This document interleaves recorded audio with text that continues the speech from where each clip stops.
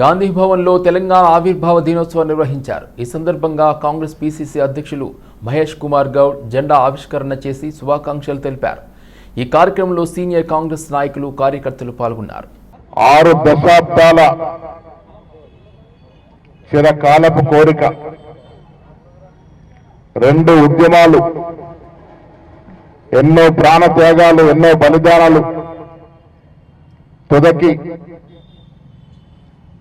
సోనియా గాంధీ వల్ల, ఆవిడ దృఢ నిర్ణయం వల్ల తెలంగాణ ఆవిర్భావమైంది. వేలాది మంది తొలి మలి ఉద్యమంలో తెలంగాణ రాష్ట్ర సాధన కోసం బలిదానం చేసినటువంటి సందర్భం. వారందరికీ కూడా వారి యొక్క బలిదానాల వల్ల వచ్చిన తెలంగాణ ప్రజానికం ఎప్పటికీ రుణపడి ఉండాల్సిన అవసరం. 10 ఏళ్లు తెలంగాణ వచ్చిన తర్వాత 10 ఏళ్ల బీఆర్ఎస్ పాలన మనం చూసాం మిత్రులారా. ఆర్థిక విధ్వంసం జరిగింది, పోలీసు రాజ్యం నడిచింది, ప్రజాస్వామ్య విలువలు మంట కలిపినాయి, రాజ్యాంగ తిలోకత వచ్చినారు. తుదకి 2023లో తెలంగాణ రాష్ట్రంలో మార్పు వచ్చింది. మాన్య ఖర్గే గారు, సోనియా గాంధీ గారు, రాహుల్ గాంధీ గారు, ప్రియాంక గాంధీ గారు తదితరులు చెప్పిన మాటలు నమ్మి ఇచ్చిన 6 గ్యారెంటీలు విశ్వసించి తెలంగాణలో అధికార మార్పుకు శ్రీకారం చుట్టారు. తెలంగాణలో తెలంగాణ ఇచ్చినటువంటి పార్టీ కాంగ్రెస్ పార్టీని అధికారంలోకి తీసుకొచ్చినారు. మిత్రుల సంవత్సరం గడిచింది. రాష్ట్ర ముఖ్యమంత్రికి యువకుడు రేవంత్ రెడ్డి రోజు రోజుకు అభివృద్ధి చెందుతున్న హైదరాబాద్ మహానగరంలో నిత్యం ఎదురయ్యే పౌర సమస్యల పరిష్కారానికి అధికారులు దృష్టి సాధించాలని కేంద్ర మంత్రి కిషన్ రెడ్డి కోరారు. వర్షాకాలం నేపథ్యంలో రోడ్లపై వర్షం నీరు నిలవకుండా తగిన చర్యలు తీసుకోవాలన్నారు.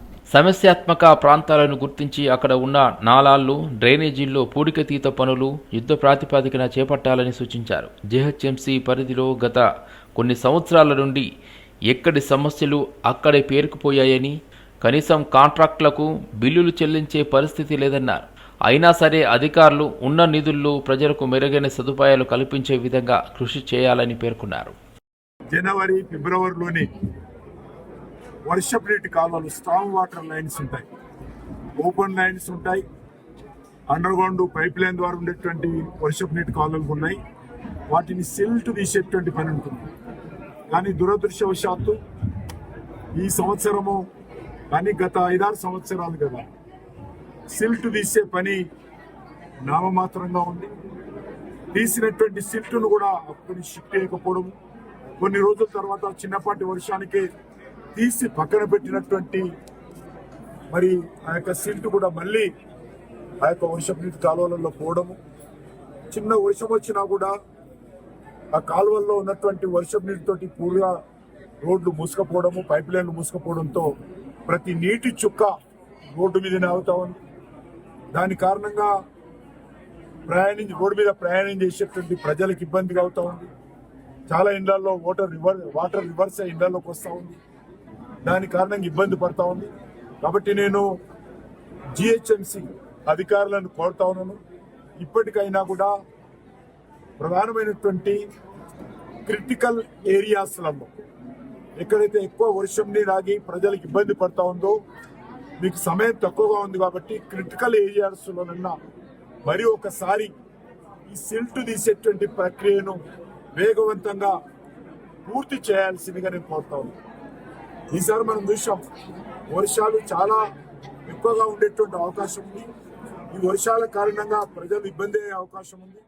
తెలంగాణ ఆవిర్భావ దినోత్సవం సందర్భంగా హైదరాబాద్ జిల్లా కార్యాలయంలో జిల్లా కలెక్టర్ అనుదీప్ జెండా ఆవిష్కరణ చేశారు. కలెక్టర్తో పాటు ఇతర అధికారులు పాల్గొన్నారు.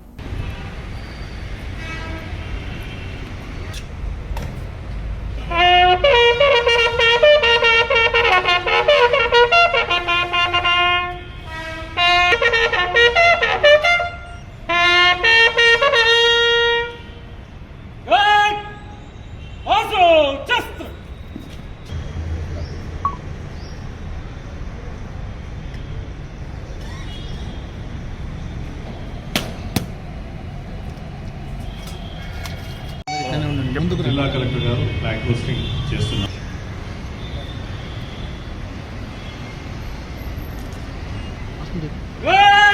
राष्ट्रीय सलामी सलामी चस्त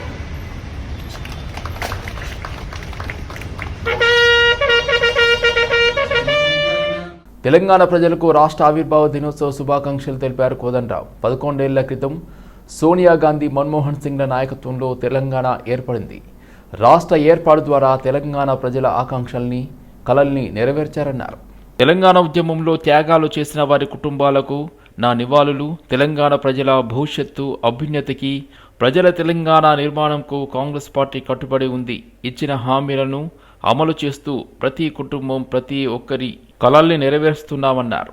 ఎట్లయినా చేసి ఆపాలని ఆంధ్ర పాలకులు అనేక కుట్రలు పన్నిండ్రు.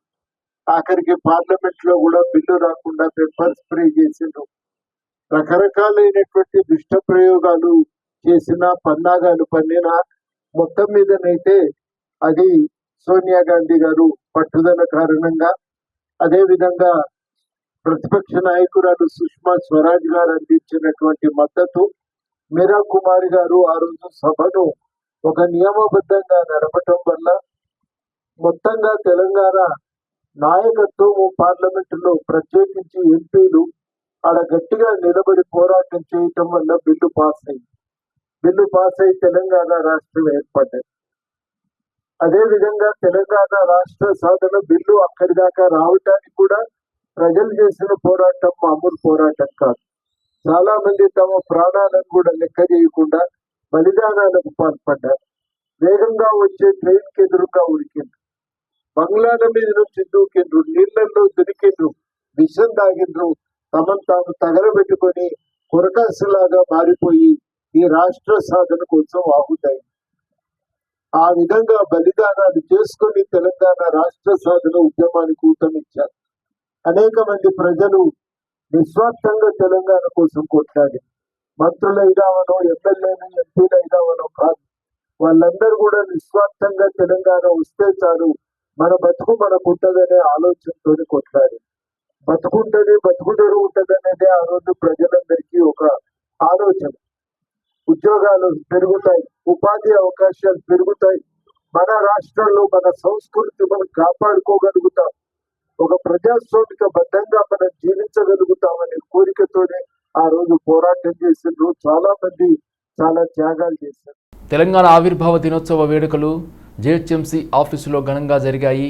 ఈ సందర్భంగా జాతీయ పతాకాన్ని commissioner RV Karnan, deputy mayor Sreelatha Shobhan Reddy కలిసి మేయర్ ఆవిష్కరించారు. ఈ సందర్భంగా మేయర్ జేహెచ్ఎంసీలో అభివృద్ధి కార్యక్రమాలను వివరించారు. ఈ సందర్భంగా mayor, deputy mayor, commissioner, sanitation, వెటర్నిటీ, entomology కార్మికులకు పీపీటీ కిట్స్ పంపిణీ చేశారు. ఈ కార్యక్రమంలో అడిషనల్ కమిషనర్లు, హెచ్ఓడీలు, సిబ్బంది తదితరులు పాల్గొన్నారు.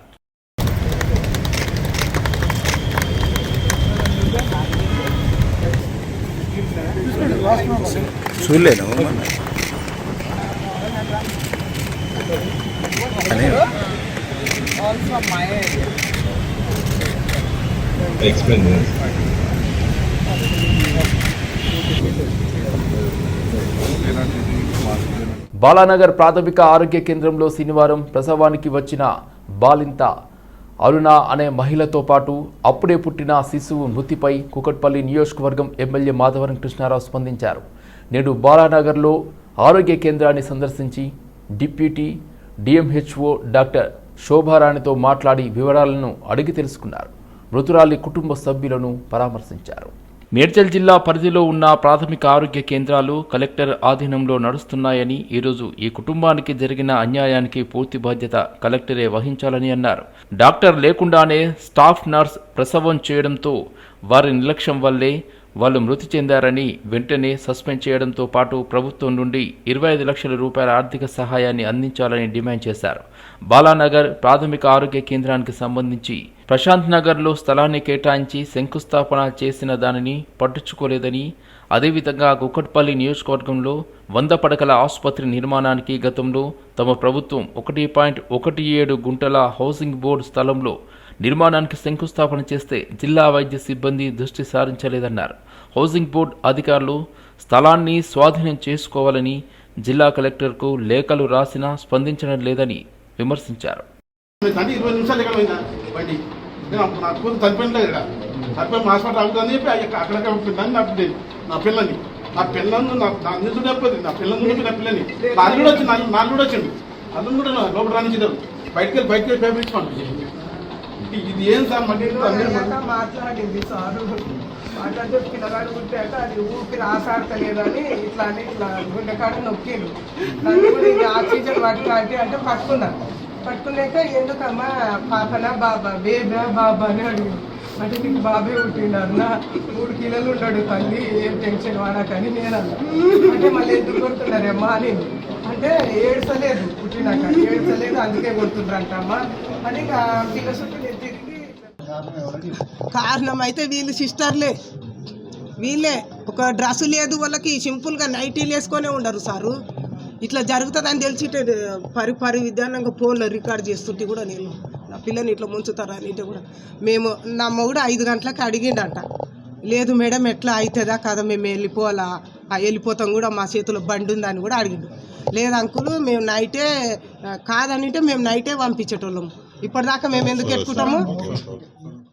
వైద్యం అందక డెలివరీ చేసిన 5 నిమిషాలకే 5 కూడా 2-3 నిమిషాలకే చెప్తున్నటువంటి ప్రకారం చూస్తే తండ్రి చేసిన ఆవేదన చూస్తూ ఉంటే ఏంటంటే డెలివరీ చేసిండ్రు. డెలివరీ చేయగానే కొద్దిసేపటికి ఉన్న డెలివరీ చేసినటువంటి నర్సు ఏ నర్సు అవుతుందో ఆమె నా మగవానికి టిఫిన్ కట్టాలని చెప్పి వెళ్ళిపోవడం వలన ఆమెకు సక్రమైన అందించలేనటువంటి ఏదైతే గోళీలు కానీ టాబ్లెట్స్ కానీ అందిలేక ఆమె పానం ఇక్కడిని పోయినట్టుగా వాళ్ళు చెప్తా ఉన్నారు. మళ్ళీ పిల్లని కూడా మళ్ళీ నీళ్ళపూర్ తీసుకుపోమని చెప్పి వీళ్ళే అడ్వైజ్ చేసి ఆ రకమైనటువంటి ఇబ్బందికరంగా పెట్టి 2 పానాలు పుట్టన పెట్టుకున్నటువంటి ఆఫీసర్ని ఏదైతే ఉందో మేము ఆఫీసర్ ఆ రోజుల్లో డ్యూటీలో ఉన్నటువంటి వారిని సస్పెండ్ చేయమని చెప్పి డిమాండ్ చేస్తూ ఉన్నాం. కన్సల్ట్ ఆఫీసర్ చెప్పాం. ఈ హాస్పిటల్ నేను 2000లో ఈ హాస్పిటల్ నేనే కట్టించే ఆ రోజున నేను ఇక్కడ హాస్పిటల్ తీయడం జరిగింది. ఆ రోజు నుంచి ఈ రోజు వరకు ఈ హాస్పిటల్లో ఎటువంటి చిన్న సంఘటన కూడా జరగలేదు. ఒక చిన్న సంఘటన కూడా జరగకుండా 60, 70, 80 డెలివరీలు జరిగిన సందర్భాలు చూసాం. అప్పుడు ఇక్కడ ఉన్నటువంటి కాలనీ వాళ్ళు కొంతమంది వచ్చి కొంత చిన్న ఉంది ఇక్కడ ఇబ్బంది అవుతుంది వేరే హాస్పిటల్ కట్టమంటే ప్రశాంత్ నగర్లో 800 గజాల జాగా అక్కడ అసోసియేషన్తో మాట్లాడి ఇప్పించి ఒక 50 లక్షల రూపాయలు ఖర్చు పెట్టి దాన్ని ఫౌండేషన్ వేసి అది వేయించడం జరిగింది. అదేవిధంగా హౌసింగ్ బోర్డులో కేపీబీ కాలంలో 100 పడగల హాస్పిటల్ 2 ఏళ్ల కింద ఫౌండేషన్ వేసి దానికి నిధులు సాయం చేసి టెండర్ అలాట్మెంట్ అయింది. అది కూడా చేయలేనటువంటి పరిస్థితి ఈ ఆఫీసర్స్ ఉన్నారు. నేను ఎన్నోసార్లు చెప్పాం కేసీఆర్ నాయకత్వంలో తెలంగాణ రాష్ట్రంలో హైదరాబాద్ నగరంలో బస్తీ దవాఖానాలు తీసుకొచ్చాం. తెలంగాణ రాష్ట్ర ఆవిర్భావ దినోత్సవం సందర్భంగా తెలంగాణ జాగృతి ఆధ్వర్యంలో నిర్వహించిన యువ కెరటాలు కవి సమ్మేళనంకు ఎమ్మెల్సీ కల్వకుంట్ల కవిత హాజరయ్యారు. ఈరోజు తెలంగాణ రాష్ట్రం సాధించుకున్న రోజు, ఉద్యమ జ్ఞాపకాలను ఈరోజు గుర్తు చేసుకున్నామన్నారు కవిత. చిన్నపిల్లలు బతుకమ్మ పాటలు నేర్చుకుంటే బతుకమ్మ 100 ఏళ్లు బతికి ఉంటుంది. యువ కవులు కవితలు రాస్తే తెలంగాణ సాహిత్యం 100 ఏళ్లు బతికి ఉంటుంది అన్నారు కవిత. తెలంగాణ తల్లి రూపశిల్పి బీవీఆర్ చారి పుట్టినరోజు సందర్భంగా తెలంగాణ ఆవిర్భావ దినోత్సవం ఒకే రోజు కావడం సంతోషకరమన్నారు. అదొకటే లక్ష్యం. తెలంగాణ జాగృతి పెట్టినప్పటి నుండి ఇప్పటి వరకు కూడా సాహిత్యం, సంస్కృతి వర్ధిల్లినటువంటి నేల. తప్పకుండా ఆ నేల కూడా సమృద్ధిగా ఉంటుంది, తప్పకుండా మంచి పేరు వస్తుంది, తప్పకుండా అందరం బాగుంటామనే లక్ష్యంతోనే ముందుకు వెళ్ళడం జరిగింది. అందులో భాగంగానే ఇవాళ ఒక యువ కవుల సమ్మేళనం అని కాన్సెప్ట్ తీసుకోగానే చాలామంది కవి మిత్రులు అన్నారు ఎంత ఏజ్ లిమిట్ పెడతారు అని. అంటే మా పాలిటిక్స్లోనేమో యూత్ అంటే 50, 55, 60 అయినా యూత్ అనే అనుకుంటాం. కానీ కవులకు సంబంధించి మాత్రం 35 years కట్ ఆఫ్ పెడదామని చెప్పి నేను రిక్వెస్ట్ చేయడం జరిగింది. దాన్ని మెల్లగా మ్యాచ్ ఫిక్సింగ్ చేసి 40కి పెంచినట్టు అనిపించింది. ఎందుకంటే నా పట్టుదల ఏముండే అంటే 35 లోపల వాళ్ళే రావాలి, అన్ని భాషలలో ఉన్న వాళ్ళు రావాలి, Hindi, Urdu, English, Telugu.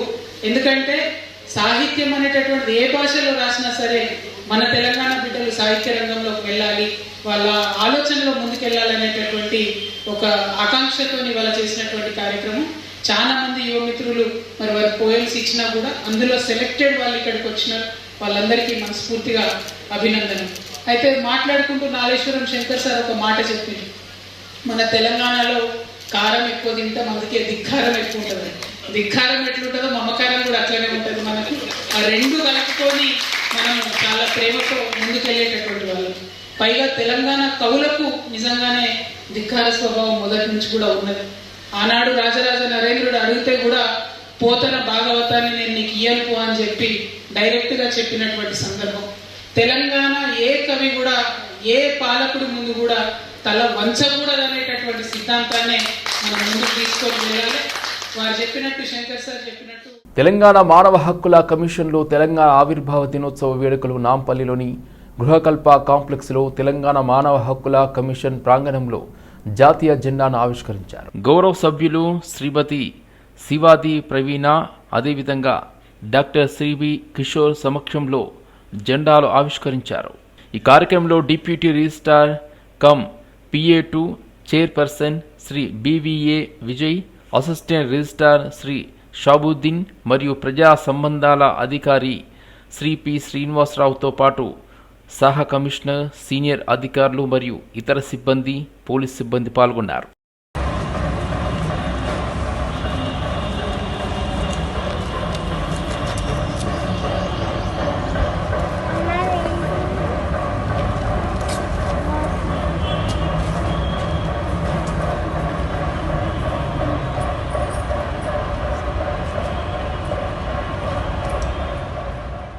Hyderabad Telangana gazetted officers association Telangana ఆవిర్భావ దినోత్సవం సందర్భంగా జెండా ఆవిష్కరణ చేసి అందరికీ తెలంగాణ ఆవిర్భావ దినోత్సవ శుభాకాంక్షలు తెలియజేశారు. తెలంగాణ గెజిటెడ్ ఆఫీసర్స్ అసోసియేషన్ అధ్యక్షుడు ఏలూరి శ్రీనివాస్.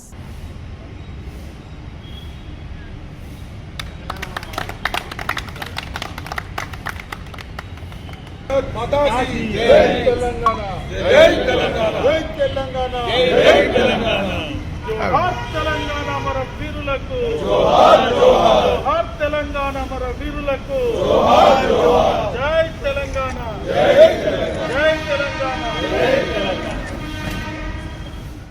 తెలంగాణ రాష్ట్ర అవతరణ దినోత్సవ వేడుకల్లో భాగంగా మేడ్చల్లోని సమీకృత కలెక్టర్ కార్యాలయం ఆవరణలో జాతీయ పతాకాన్ని ఆవిష్కరించారు. తెలంగాణ ప్రభుత్వ చీఫ్ విప్ డాక్టర్ పట్నం మహేందర్ రెడ్డి రాచకొండ సిపి ఆధ్వర్యంలో నిర్వహించిన పోలీసుల గౌరవ వందనం స్వీకరించారు. చీఫ్ విప్ డాక్టర్ పట్నం మహేందర్ రెడ్డి సాంస్కృతిక సారథి కళాకారులచే నిర్వహించిన సాంస్కృతిక కార్యక్రమాలను తిలకించిన అనంతరం జిల్లాలో ఎంపిక చేయబడిన రాజీవ్ యువ వికాసం ఇందిరమ్మ ఇండ్లు లబ్ధిదారులకు పత్రాలను అందించారు. మహేందర్ రెడ్డి ప్రతిభను కనబర్చిన క్రీడాకారులకు 10వ తరగతిలో ఉత్తీర్ణత ప్రతిభావంతులకు ఉత్తమ రైతులకు అవార్డులు పంపిణీ చేశారు. మహేందర్ రెడ్డితో పాటు జిల్లా కలెక్టర్ గౌతమ్ పోట్రో, రాచకొండ డీసీపీ కోటిరెడ్డి తదితరులు పాల్గొన్నారు. రాష్ట్రంగా తెలంగాణ అవతరించి నేటికి 11 సంవత్సరాలు పూర్తి చేసుకొని 12వ సంవత్సరంలో అడుగు పెడుతున్న సందర్భంగా జిల్లా ప్రజానీకానికి నా హృదయపూర్వక శుభాకాంక్షలు. రాష్ట్ర సాధన కోసం ప్రాణత్యాగం చేసిన అమరులకు ఘన నివాళులు అర్పిస్తున్నాను. గత సమస్యల నుండి బయటపడటమే కాకుండా దేశంలోనే తెలంగాణను అన్ని రంగాల్లో మొదటి స్థానంలో నిలపడానికి మన ప్రభుత్వం నిరంతర కృషి చేస్తుంది చెప్పడానికి సంతోషిస్తున్నాను. ఇతర రాష్ట్రాల్లో అమలు చేయని ఎన్నో పథకాలు మన రాష్ట్రంలో అమలు చేస్తున్నాం.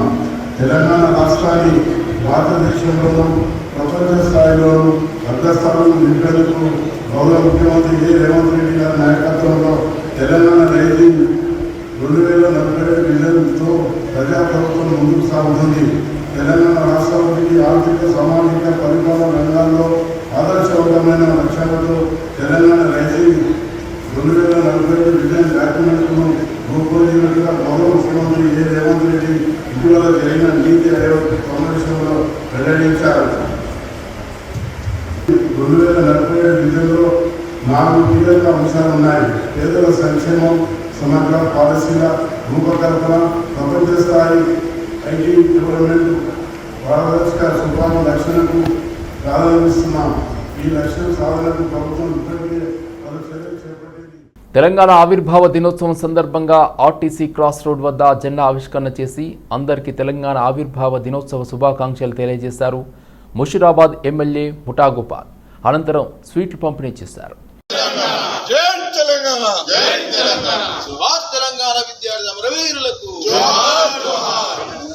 ఎమ్మెల్యే గోపాలన్న నాయకత్వం, కేసీఆర్ గారి నాయకత్వం, తెలంగాణ తీసుకొచ్చిన కేసీఆర్ గారి నాయకత్వం, ఉద్యమకారుడు కేసీఆర్ గారి నాయకత్వం. జై తెలంగాణ, జై తెలంగాణ, జై తెలంగాణ. గోపాలన్న నాయకత్వం. బక్రీద్ పండుగ సందర్భంగా మతోన్మాదులు గోమాతను హత్య చేస్తుంటే రాష్ట్రంలో రాజ్యాంగం చట్టాలు అమలవుతుందా లేదా అని ప్రశ్నించారు విశ్వ హిందూ పరిషత్. గత రాత్రి ఇస్లామిక్లు గోరక్షకులపై దాడి చేయడాన్ని ఖండించారు. హిందువుల హృదయాలను గాయపరిచే విధంగా బహిరంగంగా సవాలు విసురుతూ బెదిరింపులకు పాల్పడుతున్నారని మండిపడ్డారు. ఎంఐఎం కార్పొరేటర్లు, ఎమ్మెల్యేలు గూండాయిజం చేస్తున్నారు. చెక్పోస్టుల్లో పోలీసులు కూర్చోవడం లేదని, వారికి బదులు ఎంఐఎం కార్పొరేటర్లు, ఎమ్మెల్సీలు వారికి సంబంధించిన వారు కూర్చుంటున్నారని, చంపుతామని, ఏమి చేసుకుంటారో చేసుకోండి అని బహిరంగంగా చెబుతున్నారని, ఈ విషయంలో పోలీసులు ప్రభుత్వం చర్యలు తీసుకోవడంలో విఫలమైతే గోమాత భక్తులు ఆందోళనకు వెనకాడబోమని హెచ్చరించారు. చట్టాలు ఉన్నప్పటికీ చట్టాలను అమలు చేయడం లోపట పోలీసులు, ప్రభుత్వము విఫలమవుతా ఉన్నారు. హిందువుల యొక్క విశ్వాసం గాయపడే విధంగా బహిరంగంగా సవాళ్లు విసురుతూ ఎంఐఎం ప్రజాప్రతినిధులు, కార్పొరేటర్లు, ఎమ్మెల్సీలు గుండాయిజం చేస్తూ ఉన్నారు. ఇవాళ చెక్ పోస్టులలో పోలీసులు కూర్చుంటలేరు. చెక్ పోస్టులలో ఎంఐఎం, ఎమ్మెల్సీ, అదేవిధంగా కార్పొరేటర్లు కూర్చుంటా ఉన్నారు. ఛాలెంజ్ విసురుతూ ఉన్నారు, మేము చంపుతాం, మీరు ఏం చేసుకుంటారు అని. అందుకే ఇవాళ విశ్వ హిందూ పరిషత్ ఈ ఛాలెంజ్ను స్వీకరిస్తూ ఉంది. ప్రభుత్వం విఫలమైతే, పోలీసులు చర్యలు తీసుకోవడం లోపల వెనుకడుగేస్తే గోభక్తులు ప్రత్యక్ష ఆందోళనకు దిగుతారని ప్రభుత్వానికి హెచ్చరించడానికే ఇవాళ ఈ కార్యక్రమాన్ని మేము నిర్వహిస్తూ ఉన్నాము. ఆపరేషన్ గోమాత, ఆపరేషన్ గోరక్షణ పేరు మీదన ఇవాళ భాగ్యనగరం లోపల ఇది ఒక రకమైనటువంటి జిహాద్. ఇది హిందువుల యొక్క విశ్వాసాలను గాయపరచడానికి, అదేవిధంగా వ్యవసాయ రంగానికి ప్రధానమైనటువంటి ఆధారమైనటువంటి గో సంపదను నిర్వీర్యం చేయడంలో భాగంగా ఒక రకమైనటువంటి జిహాదుకు పాల్పడుతూ ఉన్నారు. ఈ జిహాదు 713వ సంవత్సరం నుంచి ఈ దేశం మీద నడుస్తూ ఉంది. కాబట్టి ఈ జిహాదీ మూకలు, ఉగ్ర మూకలు ఇవాళ హిందువుల యొక్క విశ్వాసాలను మేము గాయపరుస్తాము, లేదు అంటే చట్టాలను మేము ఉల్లంఘిస్తాము, రాజ్యాంగం మాకు పనికిరాదు, షరియత్లా అమలు చేస్తాం ఈ దేశంలో అని మాట్లాడుతున్నటువంటి ఇస్లామిక్ మతోన్మాద ఉగ్రమూకల మీద ప్రభుత్వం వెంటనే చర్యలు తీసుకోవాలా. నాంపల్లి ఆబ్కారీ భవన్లో తెలంగాణ ఆవిర్భావ దినోత్సవం సందర్భంగా commercial tax commissioner, prohibition and excise incharge commissioner Haritha జాతీయ పతాకాన్ని ఎగరవేశారు.